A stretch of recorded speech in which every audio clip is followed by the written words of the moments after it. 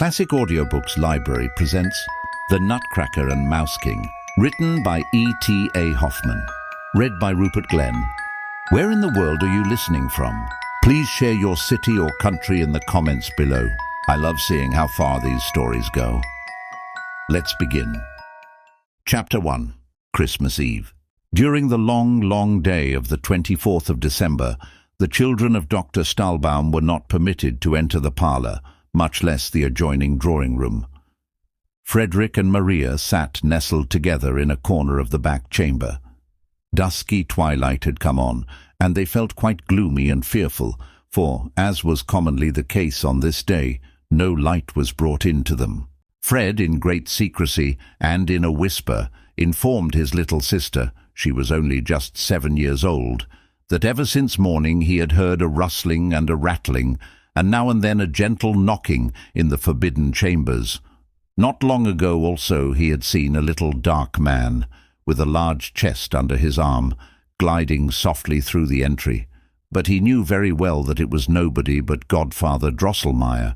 Upon this Maria clapped her little hands together for joy, and exclaimed, "Ah, what beautiful things has Godfather Drosselmeyer made for us this time!" Councillor Drosselmeyer was not a very handsome man. He was small and thin, had many wrinkles in his face. Over his right eye he had a large black patch, and he was without hair, for which reason he wore a very nice white wig. This was made of glass, however, and was a very ingenious piece of work. The godfather himself was very ingenious also. He understood all about clocks and watches, and could even make them. Accordingly, when any one of the beautiful clocks in Dr. Stahlbaum's house was sick and could not sing, Godfather Drosselmeyer would have to attend it. He would then take off his glass wig, pull off his brown coat, put on a blue apron, and pierce the clock with sharp-pointed instruments, which usually caused little Maria a great deal of anxiety. But it did the clock no harm. On the contrary, it became quite lively again, and began at once right merrily to rattle and to strike and to sing, so that it was a pleasure to all who heard it. Whenever he came, he always brought something pretty in his pocket for the children, sometimes a little man who moved his eyes and made a bow, at others a box, from which a little bird hopped out when it was opened, sometimes one thing, sometimes another. When Christmas Eve came, he had always a beautiful piece of work prepared for them, which had cost him a great deal of trouble, and on this account it was always carefully preserved by their parents after he had given it to them. "Ah, what beautiful present has Godfather Drosselmeyer made for us this time!" exclaimed Maria. It was Fred's opinion that this time it could be nothing else than a castle, in which all kinds of fine soldiers marched up and down and went through their exercises.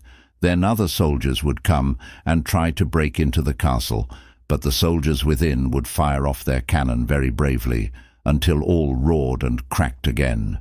"No, no," cried Maria, interrupting him. "Godfather Drosselmeyer has told me of a lovely garden where there is a great lake, upon which beautiful swans swim about, with golden collars around their necks, and sing their sweetest songs. Then there comes a little girl out of the garden down along the lake and coaxes the swans to the shore and feeds them with sweet cake." "Swans never eat cake," interrupted Fred, somewhat roughly, "and even Godfather Drosselmeyer himself can't make a whole garden. After all, we have little good of his playthings. They are all taken right away from us again. I like what Papa and Mamma give us much better, for we can keep their presents for ourselves and do as we please with them." The children now began once more to guess what it could be this time. Maria thought that Miss Trutchen, her great doll, was growing very old, for she fell almost every moment upon the floor, and more awkwardly than ever, which could not happen without leaving sad marks upon her face. And as to neatness in dress, this was now altogether out of the question with her. Scolding did not help the matter in the least. Frederick declared, on the other hand, that a bay horse was wanting in his stable, and his troops were very deficient in cavalry, as his papa very well knew. By this time it had become quite dark. Frederick and Maria sat close together, and did not venture again to speak a word. It seemed now as if soft wings rustled around them, and very distant, but sweet music was heard at intervals. At this moment a shrill sound broke upon their ears. Cling, ling, cling, ling. The doors flew wide open, and such a dazzling light broke out from the great chamber that with the loud exclamation, "Ah, ah!" the children stood fixed at the threshold. But Papa and Mamma stepped to the door, took them by the hand, and said, "Come, come, dear children, and see what Christmas has brought you this year." Chapter 2. The Gifts. Kind reader or listener, whatever may be your name, whether Frank, Robert, Henry, Anna, or Maria, I beg you to call to mind the table covered with your last Christmas gifts, as in their newest gloss they first appeared to your delighted vision. You will then be able to imagine the astonishment of the children as they stood with sparkling eyes, unable to utter a word, for joy at the sight before them. At last Maria called out with a deep sigh, "Ah, how beautiful! Ah, how beautiful!" And Frederick gave 2 or 3 leaps in the air higher than he had ever done before. The children must have been very obedient and good children during the past year, for never on any Christmas Eve before had so many beautiful things been given to them. A tall fir tree stood in the middle of the room, covered with gold and silver apples, while sugar almonds, comfits, lemon drops, and every kind of confectionery hung like buds and blossoms upon all its branches. But the greatest beauty about this wonderful tree was the many little lights that sparkled amid its dark boughs, which like stars illuminated its treasures, or like friendly eyes seemed to invite the children to partake of its blossoms and fruit. The table under the tree shone and flushed with 1,000 different colors. Ah, what beautiful things were there! Who can describe them? Maria spied the prettiest dolls, a tea set, all kinds of nice little furniture, and what eclipsed all the rest, a silk dress tastefully ornamented with gay ribbons, which hung upon a frame before her eyes, so that she could view it on every side. This she did too, and exclaimed over and over again, "Ah, the sweet, ah, the dear, dear frock, and may I put it on? Yes, yes, may I really, though, wear it?" In the meanwhile, Fred had been galloping round and round the room, trying his new bay horse, which, true enough, he had found, fastened by its bridle to the table. Dismounting again, he said it was a wild creature, but that was nothing. He would soon break him. He then reviewed his new regiment of hussars, who were very elegantly arrayed in red and gold, and carried silver weapons, and rode upon such bright, shining horses, that you would almost believe these were of pure silver also. The children had now become somewhat more composed, and turned to the picture books, which lay open on the table, where all kinds of beautiful flowers and gaily dressed people, and boys and girls at play, were painted as natural as if they were alive.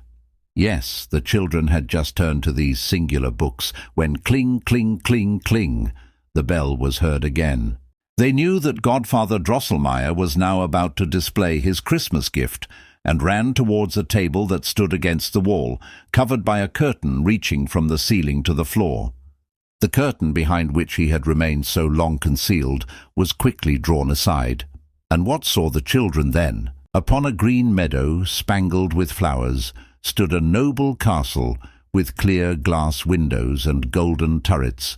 A musical clock began to play when the doors and windows flew open, and little men and women, with feathers in their hats and long flowing trains, were seen sauntering about in the rooms. In the middle hall, which seemed as if it were all on fire, so many little tapers were burning in silver chandeliers.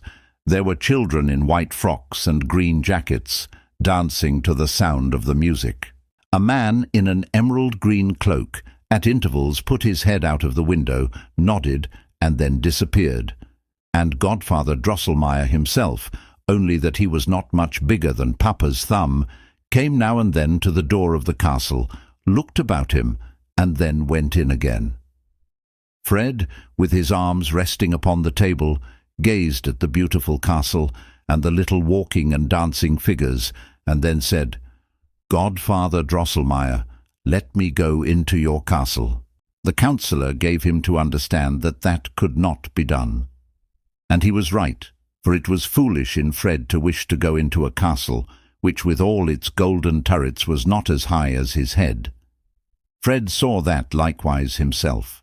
After a while, as the men and women kept walking back and forth, and the children danced, and the Emerald Man looked out at his window, and Godfather Drosselmeyer came to the door, and all without the least change, Fred called out impatiently, "Godfather Drosselmeyer, come out this time at the other door."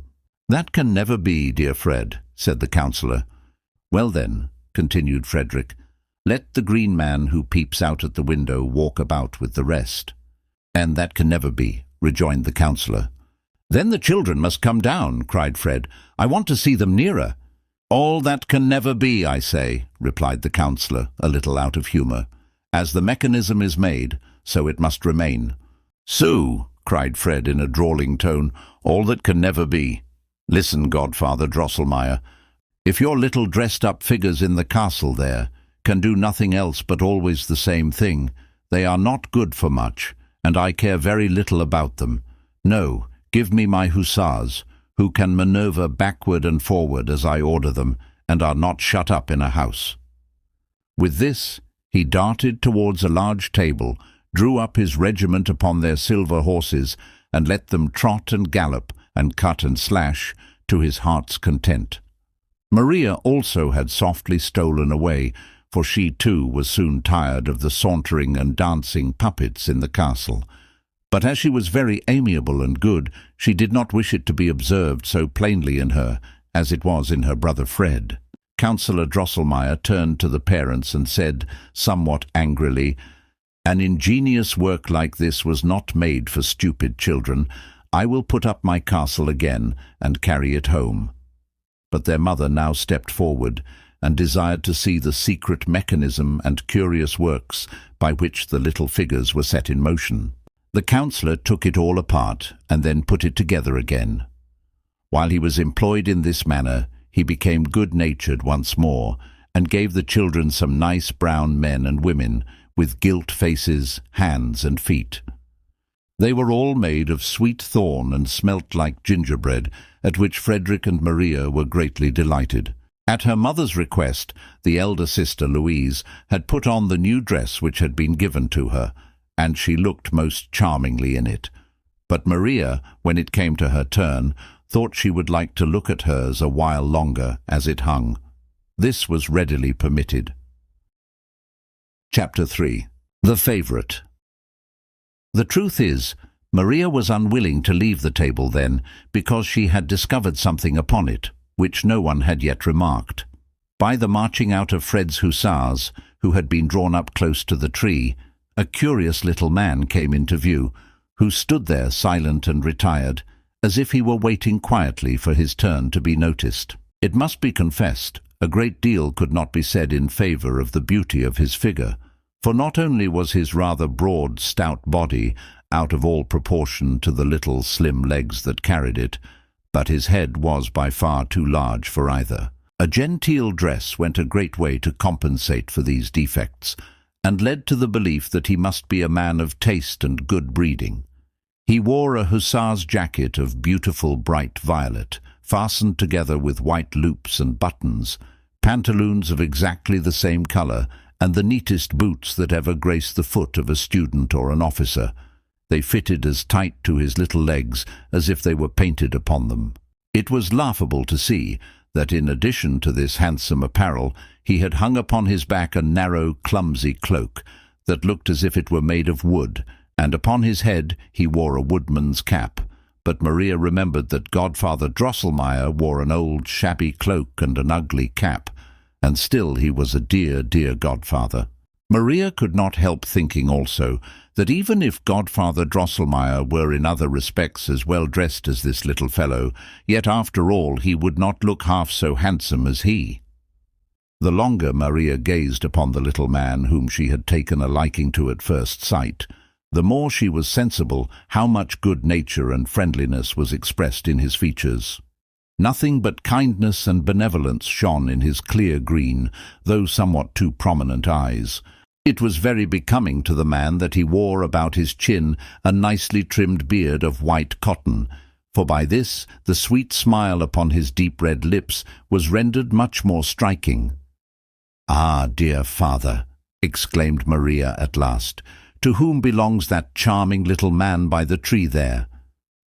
"He shall work industriously for you all, dear child," said her father.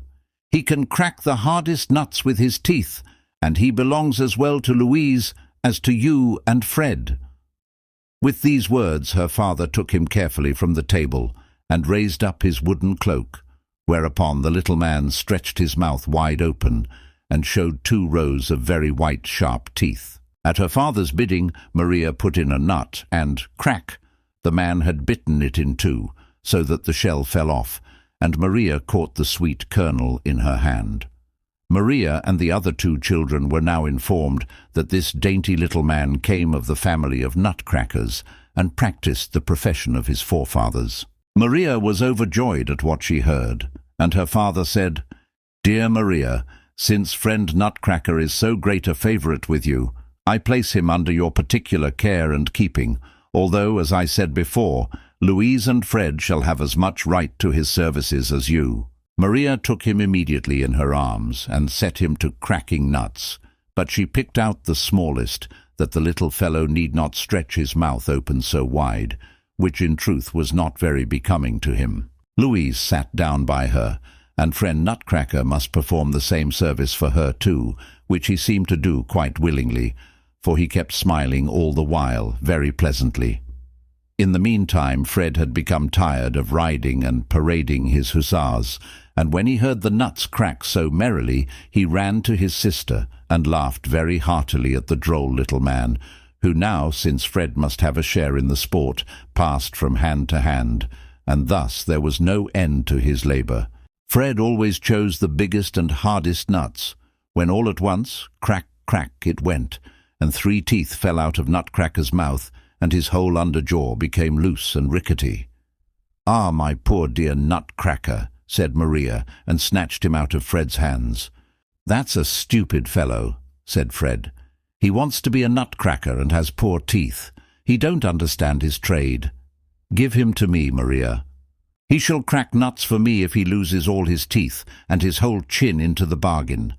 Why make such a fuss about such a fellow?" "No, no," exclaimed Maria, weeping. "You shall not have my dear Nutcracker. See how sorrowfully he looks at me and shows me his poor mouth. But you are a hard-hearted fellow. You beat your horses. Yes, and lately you had one of your soldiers shot through the head." "That's all right," said Fred, "though you don't understand it. But Nutcracker belongs as much to me as to you, so let me have him." Maria began to cry bitterly, and rolled up the sick Nutcracker as quickly as she could in her little pocket handkerchief. Their parents now came up with Godfather Drosselmeyer. The latter, to Maria's great distress, took Fred's part. But their father said, "I have placed Nutcracker expressly under Maria's protection, and as I see that he is now greatly in need of it, I give her full authority over him, and no one must dispute it. Besides, I wonder at Fred, that he should require father duty from one who has been maimed in the service. As a good soldier, he ought to know that the wounded are not expected to take their place in the ranks." Fred was much ashamed, and without troubling himself farther about nuts or Nutcracker, stole around to the opposite end of the table, where his hussars, after stationing suitable outposts, had encamped for the night. Maria collected together Nutcracker's lost teeth, tied up his wounded chin with a nice white ribbon which she had taken from her dress, and then wrapped up the little fellow more carefully than ever in her handkerchief, for he looked very pale and frightened. Thus she held him, rocking him in her arms like a little child, while she looked over the beautiful pictures of the new picture book which she found among her other Christmas gifts. Contrary to her usual disposition, she showed some ill temper towards Father Drosselmeyer, who kept continually laughing at her, and asked again and again how it was that she liked to caress such an ugly little fellow. That singular comparison with Drosselmeyer, which she made when her eyes first fell upon Nutcracker, now came again into her mind, and she said very seriously, "Who knows, dear godfather, if you were dressed like my sweet Nutcracker and had on such bright little boots, who knows but you would then be as handsome as he is?" Maria could not tell why her parents laughed so loudly at this, and why the counsellor's face turned so red, and he, for his part, did not laugh half so heartily this time as he had done more than once before. It is likely there was some particular reason for it. Chapter 4. Wonders upon Wonders. In the sitting room of the doctor's house, just as you enter the room, there stands on the left hand, close against the wall, a high glass case, in which the children preserve all the beautiful things which are given to them every year. Louise was quite a little girl when her father had the case made by a skilful joiner, who set in it such large, clear panes of glass, and arranged all the parts so well together, that everything looked much brighter and handsomer when on its shelves than when it was held in the hands. On the upper shelf, which Maria and Fred were unable to reach, stood all Godfather Drosselmeyer's curious machines. Immediately below this was a shelf for the picture books. The two lower shelves Maria and Fred filled up as they pleased, but it always happened that Maria used the lower one as a house for her dolls, while Fred, on the contrary, cantoned his troops in the one above. And so it happened today, for while Fred set his hussars in order above, Maria, having laid Miss Trutchen aside, and having installed the new and sweetly dressed doll in her best furnished chamber below, had invited herself to tea with her. I have said that the chamber was well furnished, and it is true. Here was a nice chintz sofa and several tiny chairs. There stood a tea-table, but above all there was a clean white little bed for her doll to repose upon.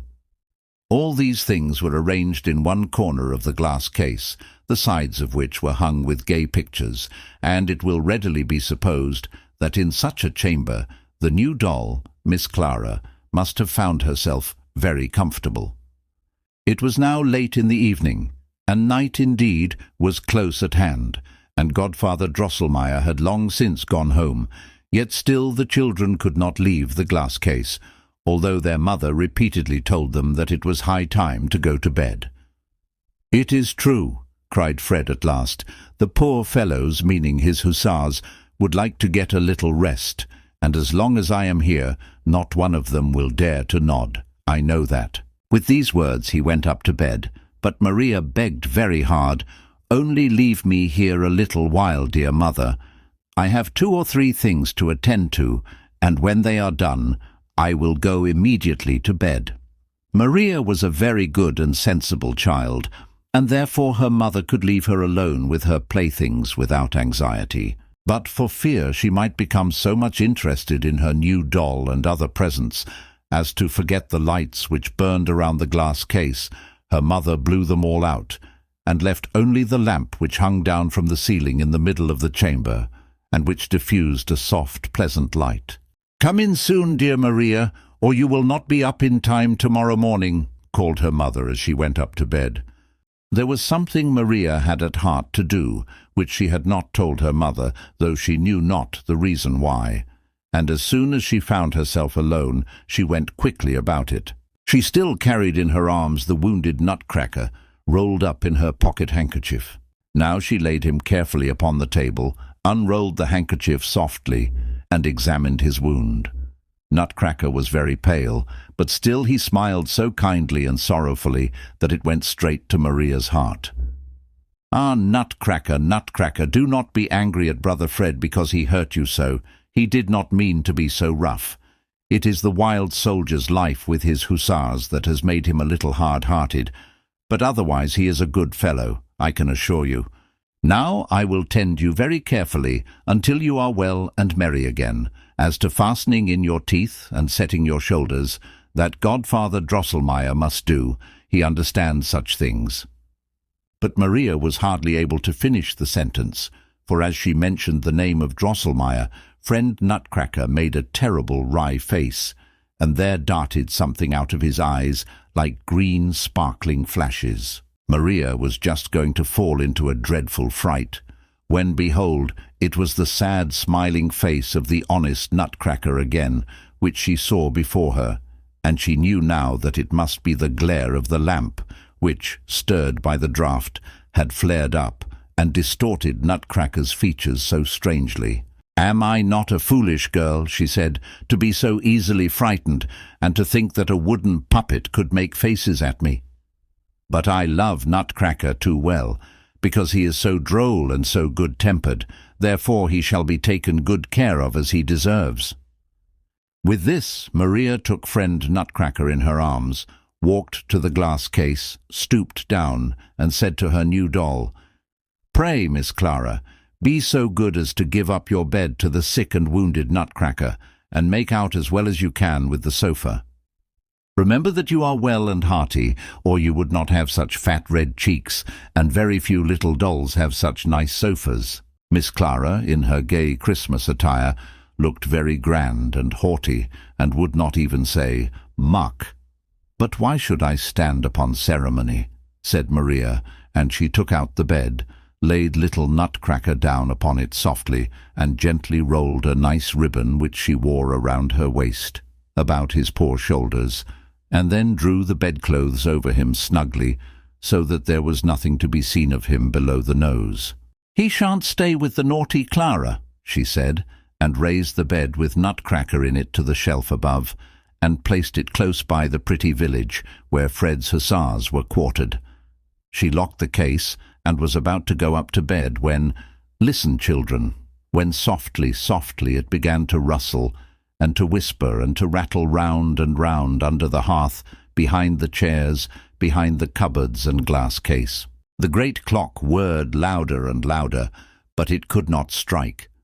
Maria turned towards it, and there the large gilt owl that sat on the top had dropped down its wings, so that they covered the whole face, and it stretched out its ugly head, with the short crooked beak, and looked just like a cat. And the clock whirred louder in plain words.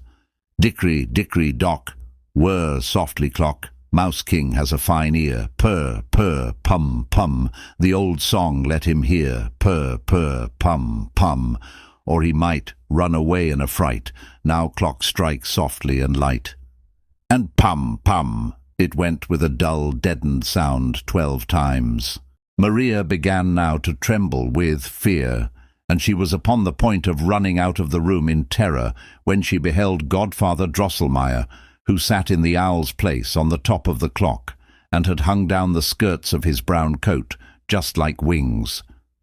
But she took courage, and cried out loudly with sobs, "Godfather Drosselmeyer, Godfather Drosselmeyer, what are you doing up there? Come down, and do not frighten me so, you naughty Godfather Drosselmeyer." Just then a wild squeaking and whimpering broke out on all sides, and then there was a running, trotting, and galloping behind the walls, as if 1,000 little feet were in motion, and 1,000 little lights flashed out of the crevices in the floor. But they were not lights, no, they were sparkling little eyes, and Maria perceived that mice were all around, peeping out and working their way into the room. Presently it went trot, trot, hop, hop about the chamber, and more mice in greater or smaller parties galloped across, and at last placed themselves in line and column, just as Fred was accustomed to place his soldiers when they went to battle. This Maria thought was very droll, and as she had not that aversion to mice which most children have, her terror was gradually leaving her, when all at once there arose a squeaking so terrible and piercing that it seemed as if ice-cold water was poured down her back. Ah, what now did she see? I know, my worthy reader Frederick, that thy heart, like that of the wise and brave soldier Frederick Stahlbaum, sits in the right place. But if thou hadst seen what Maria now beheld, thou wouldst certainly have run away.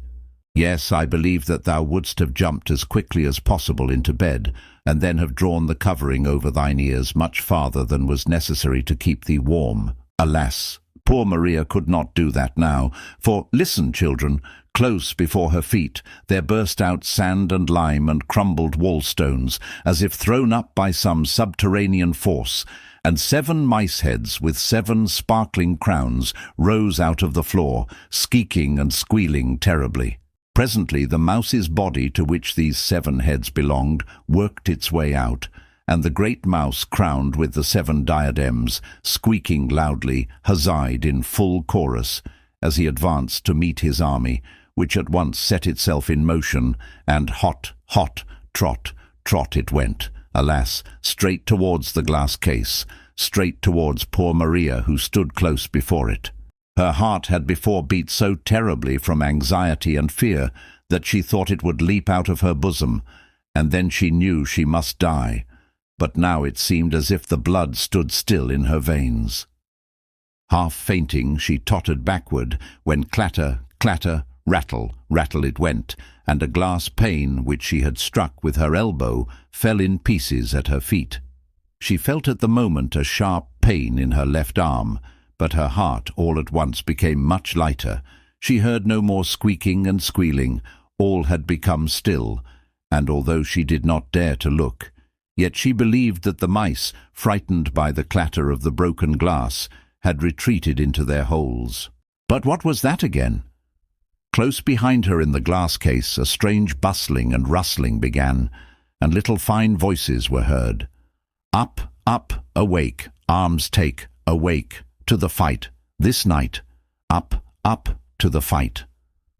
And all the while something rang out clear and sweet, like little bells. "Ah, that is my dear musical clock," exclaimed Maria joyfully, and turned quickly to look. She then saw how it flashed and lightened strangely in the glass case, and there was a great stir and bustle upon the shelves. Many little figures crossed up and down by each other, and worked and stretched out their arms as if they were making ready. And now Nutcracker raised himself all of a sudden, threw the bedclothes clear off, and leaped with both feet at once out of bed, crying aloud, "Crack, crack, crack, stupid pack! Drive mouse back, stupid pack! Crack, crack, mouse, back, crick, crack, stupid pack!" With these words he drew his little sword, flourished it in the air, and exclaimed, "My loving vassals, friends and brothers, will you stand by me in the hard fight?" Straightway 3 scaramouches, a harlequin, 4 chimney-sweepers, 2 guitar-players, and a drummer cried out, "Yes, my lord, we will follow you with fidelity and courage. We will march with you to battle, to victory or death," and then rushed after the fiery Nutcracker, who ventured the dangerous leap down from the upper shelf. It was easy enough for them to perform this feat, for beside the fine garments of thick cloth and silk which they wore, the inside of their bodies were made of cotton and tow, so that they came down plump, like bags of wool. But poor Nutcracker had certainly broken his arms or his legs, for remember, it was almost 2 feet from the shelf where he stood to the floor, and his body was as brittle as if it had been cut out of linden wood. Yes, Nutcracker would certainly have broken his arms or his legs, if, at the moment when he leaped, Miss Clara had not sprung quickly from the sofa and caught the hero with his drawn sword in her soft arms. "Ah, thou dear good Clara," sobbed Maria, "how I have wronged thee! Thou didst certainly resign thy bed willingly to little Nutcracker." But Miss Clara now spoke, as she softly pressed the young hero to her silken bosom. "You will not, O my lord, sick and wounded as you are, share the dangers of the fight. See how your brave vassals assemble themselves, eager for the affray and certain of conquest.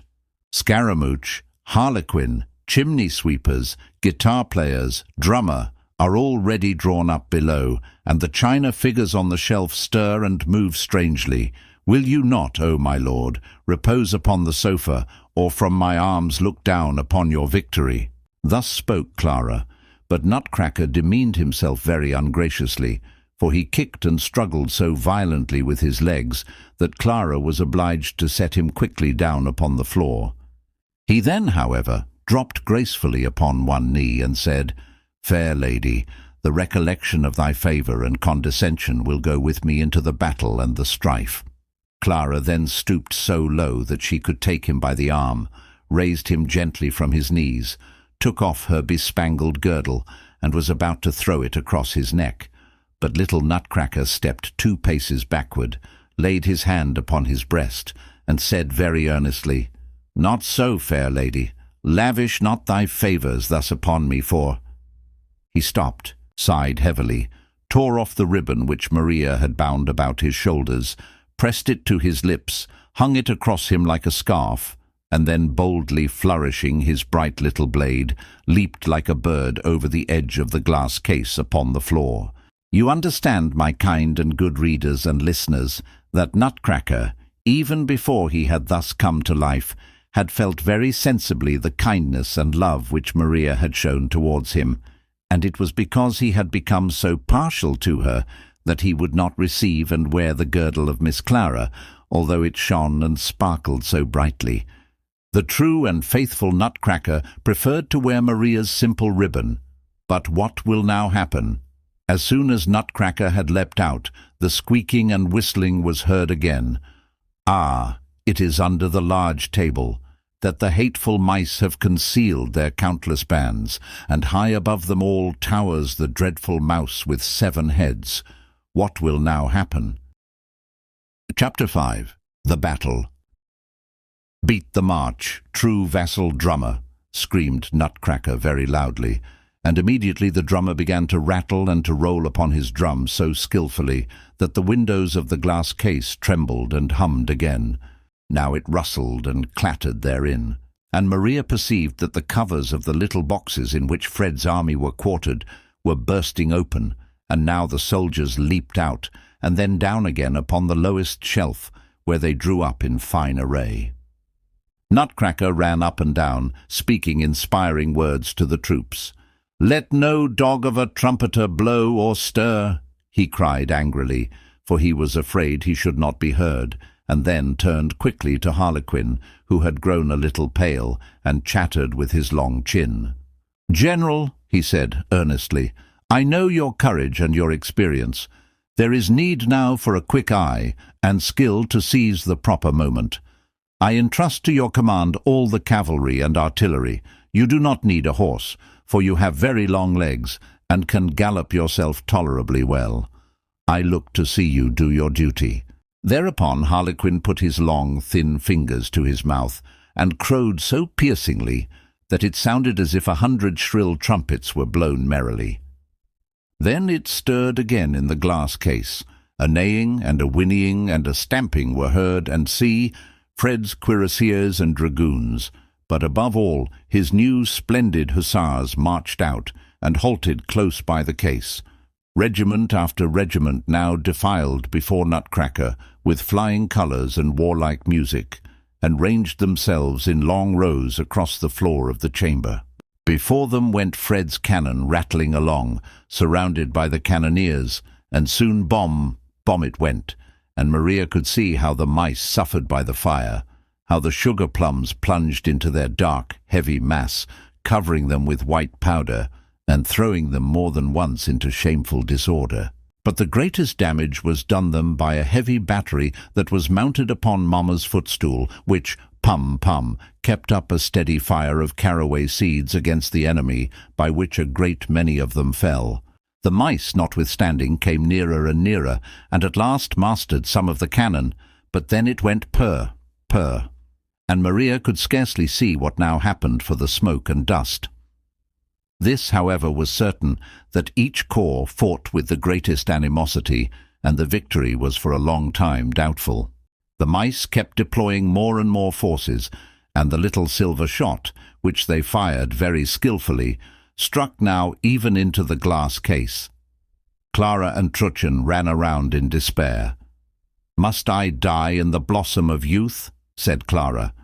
"Have I so well preserved myself for this, to perish here in these walls?" cried Trutchen. Then they fell about each other's necks, and screamed so terribly that they could be heard above the mad tumult of the battle. Of the scene that now presented itself you can have no idea, good reader.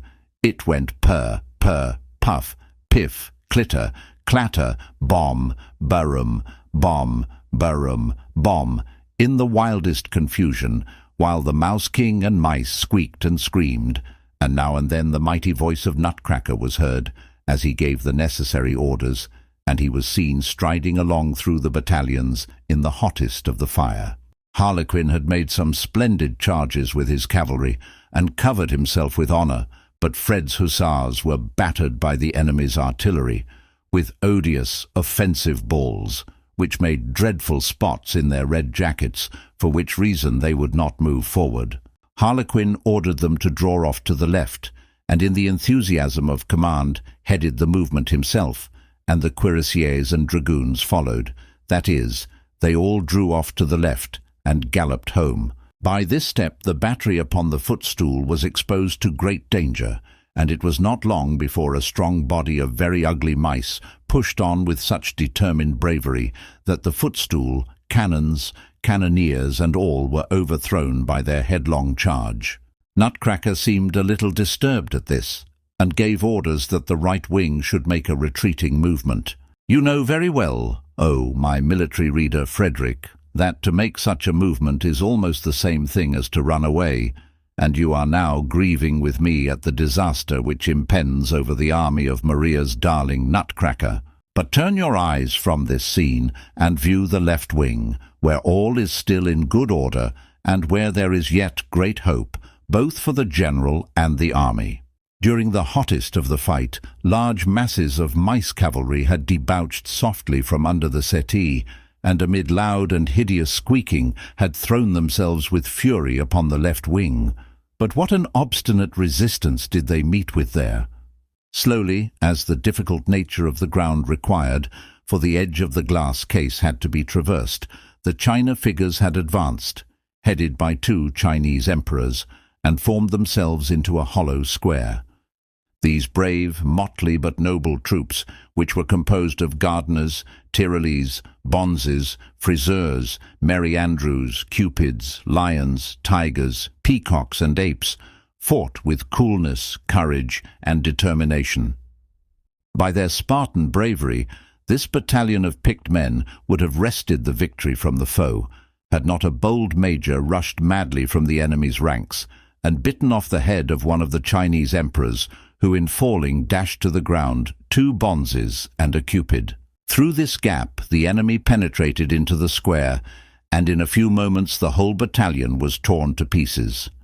Their brave resistance, therefore, was of no avail to Nutcracker's army, which, once having begun to retreat, retired farther and farther, and at every step with diminished numbers, until the unfortunate Nutcracker halted with a little band close before the glass case.